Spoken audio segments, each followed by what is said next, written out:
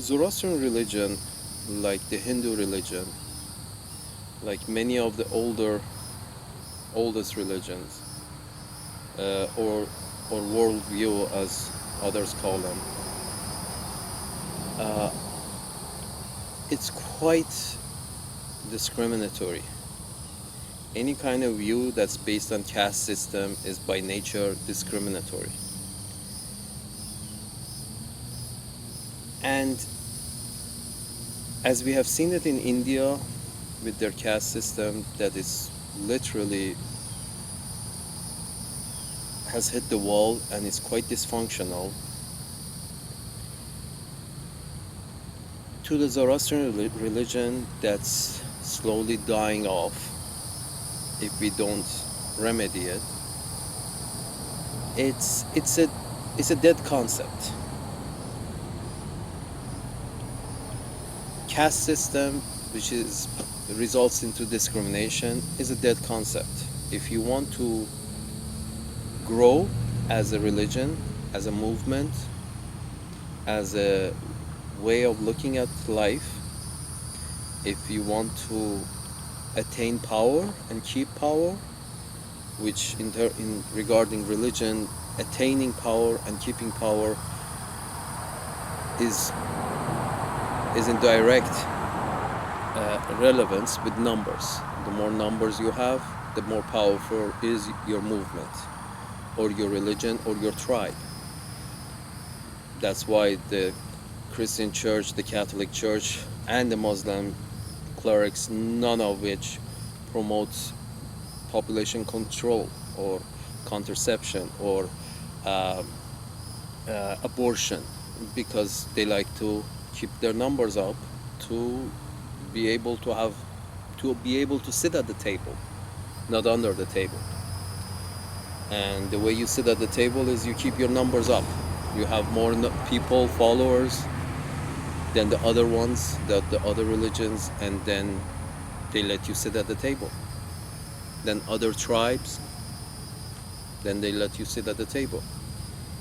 Here's what I think is, in this instant, is wrong. The main problem with our tribe. Now, some of you, a lot of you, Zoroastrian brothers and sisters, don't really like to talk about our issues, our problems. Just sweep it under the carpet and everybody will think what such nice people we are. That's not the case. That is not the case. We are not nice people. Many of us are not nice people. And the main reason for that is the ideology is a bit past its prime. And if the ideology is past its prime, the people who follow that ideology are somehow misled, always misled, and the result is a dysfunctional society. Simple as that. Either your perspective on life, your worldview stays current with the current understanding of what is best for the society, or you become irrelevant, dysfunctional, and then you wither away as a group, as a tribe, as a society, as a religion. The main issue is the caste system, which we still have in Zoroastrian religion, still, especially the higher caste, which would be the mubeds, or the religious elders. They still have this issue of they think of themselves above and beyond everybody else. And whether they say it literally, they bring it into verbiage, or they show it by their action, it basically is obvious. Not by not allowing other Zoroastrians who want to join the religious leaders, join their group, By verbiage or by action, they show it, and they mean it. They want to keep their status in the society, in their small tribe. And by doing so, they're basically killing the tribe. Here's how it works. Discrimination, no matter what kind of discrimination you allow in a society, doesn't stay within the parameters that you define for it. It always percolates and expands. Discrimination expands. The mentality of discrimination expands into the society. What I'm trying to say is this. If as the elders of the society, you say, you define this discrimination as, if you're born into this caste by this name, from this family, you can do this, this, and that caste, you cannot do this, this, and that, and so on.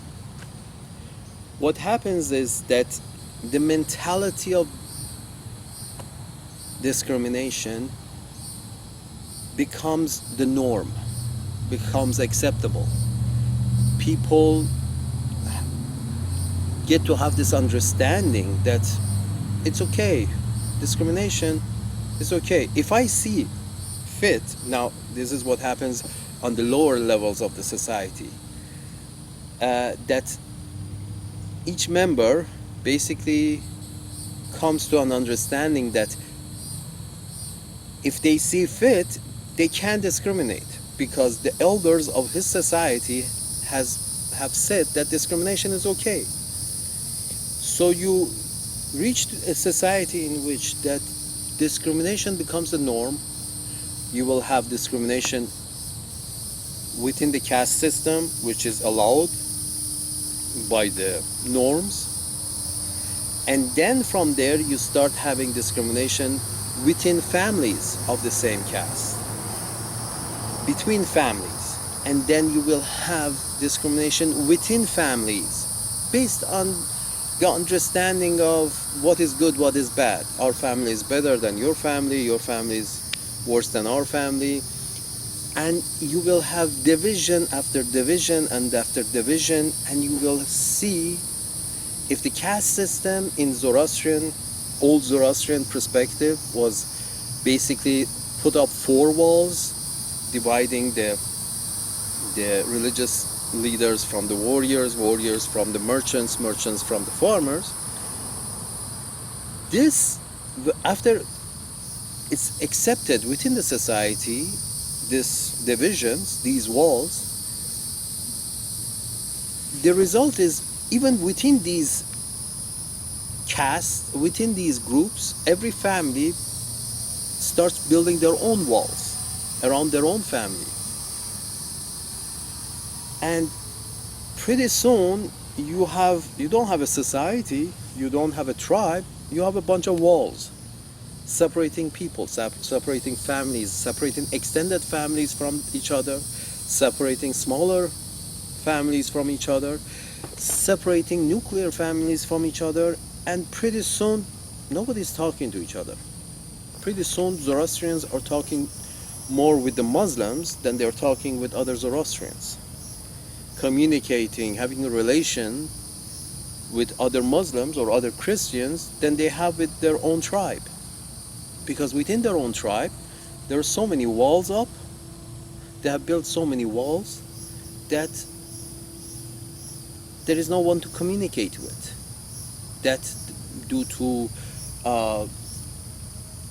these kind of beliefs that's based on discrimination, oh no, we don't talk to those guys because of this, this and that, we don't communicate with those people because of this, this and that, and basically there's a breakdown in communication. Walls have a tendency to become defensive parameters. Walls turn into ditches. During the First World War, they built ditches. They dug ditches. The soldiers stayed in the ditches and shot at each other from over the ditch. and once in a while they attacked each other by going over the ditch and running towards the enemy. So the problem is walls are first is for separation, but then it's for defense. And too much defense leads to war. When you're too defensive regarding your position, ends into war. Personal war, familiar war, and then tribal wars. Now, here's the thing, folks. As a Zoroastrian tribe, the only way to remedy this, if you don't want to become irrelevant in the next 50 years or so, just basically if you don't want to dissolve in the local population that you're living in, wherever that is, you gotta start bringing the walls down within your tribe. We have to bring the walls down within our tribe, our Zoroastrian tribe. And the only way to bring the walls down is to forget about the teachings of Mubeds, because Zoroaster never talked about any caste system. Zoroaster never talked about any way that he that would separate his people, his tribe. Because separation and building walls leads to weakness. Let me put it this way. One of the reasons, the main reasons that the Indians got conquered by the British was the caste system. The British didn't have this issue with the Iranians because that was after Islam. The British came after Islam. Islam, with all its problems, its issues, the central pillar of Islam that attracted 1 billion people towards it, killing is one aspect of it. You become Muslim or I kill you, that's one aspect of it. That's a very convincing force. But I don't think everybody was forced to convert to Islam. If you're a Hindu or you're a Zoroastrian, 500 years ago, 1,000 years ago, when Islam first came to Iran by force, if you're a Zoroastrian and you're one of the lower castes, and basically you don't have a conversation with a Mubed all your life. Mubeds, as far as I remember from our recent Zoroastrian encounters, Mubeds basically talk to the dead. That's the only people these folks talk to. You go, you pay him some money, and the guy starts singing something from Avesta for the dead. And then you pay some money and you leave. And that's about it. Well, folks, the common man doesn't have the time to find out what is right and what is wrong in life, what is fair and what is unfair, what is acceptable and what is not. The common man is quite stupid. And that's the reason that, first of all, both Christianity and Islam have demanded the common man to come to church, come to some place, a gathering place. So the guy who has time and has some IQ and has been thinking about what is right and what is wrong, explain to him what he should do in his life so the society can function better. This aspect you don't see in Hinduism or in Zoroastrianism. You don't see it. It's like, go ahead, figure out on your own. Well, the common man doesn't have the IQ, doesn't have the intellect to figure out on his own that what is wrong, what is right. It's hit and miss. For the common man to do the right thing is hit and miss. His selfishness, his greed, those animal instincts that the common man has is too strong. and not having the intellect to guide him, he doesn't know any better. He has to be told. By, you want to call him religious leader, I just call him the elder. The elders of the society have to set aside a time during the week. It has been traditional up to now, it has been like this. Set aside a time during the week, usually at the end of the week, invite the people in, your tribe in, and the guy with the intellect would go and start talking and say, hey, this is good, this is bad, do this, don't do that, period. Unless everybody follows, so we have a good functional society. You don't see that in the caste system, in religions which follow caste system, like Hinduism, like Zoroastrianism.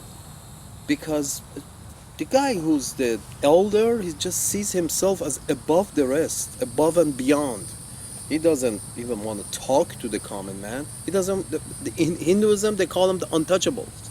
It's like one level of this caste system, one large group of people are not to be touched. Not to be touched. Are you kidding me? I'm sure they've had the same thing in the Zoroastrian religion. And that's why I'm saying it's a pull. I don't think not everybody who converted into Islam at the beginning of spread of Islam converted to Islam by force. Just imagine yourself being of one of the lower castes of Zoroastrianism or Hinduism. Or I'm sure Europeans during the Roman times before Christ, they more or less probably had their own caste system. Just imagine you were one of these lower castes or middle castes, and you've been basically, you weren't part of us. You weren't part of the inner circle. You didn't feel equal to your neighbor. Islam comes in and says, hey,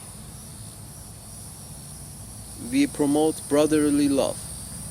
We're all brothers. As long as you're a Muslim, you're my brother. We eat together, we stand together, we sit together, we talk together. Would you like to be one of us? Sure, why not? I haven't seen that kind of reception from my own tribe. And that's the whole idea. When you take away the discrimination aspect of Zoroastrian religion, basically the whole thing becomes more inviting. You take away the main discrimination that the elders have allowed up to now, and there still some are following. When you take that away, that discrimination, which again I have to say, Zoroaster never mentioned anything about any caste system, any segmentation of the society. This all came after a few got on top and decided they want to keep being on top in their family without merit. Because seriously, caste system is basically this. If you get on top, on the higher level of society, and their children don't have the merit to stay on top, so they come up with all these rules and regulations that no, in our family, even if our kids don't have the merit to stay on top, just because it's our family, we have to stay on top. Sort of like the monarchy. The king gives the crown to his son and to his grandson and so on, with no merit whatsoever. No merit is needed. You just got to be born into the manner.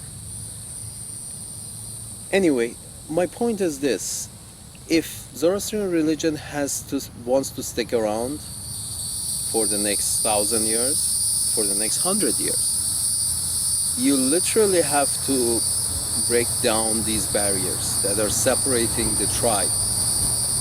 Now, the Hinduism is still surviving. A lot are converting to Christianity and Islam from the bottom caste, lower caste of Hinduism.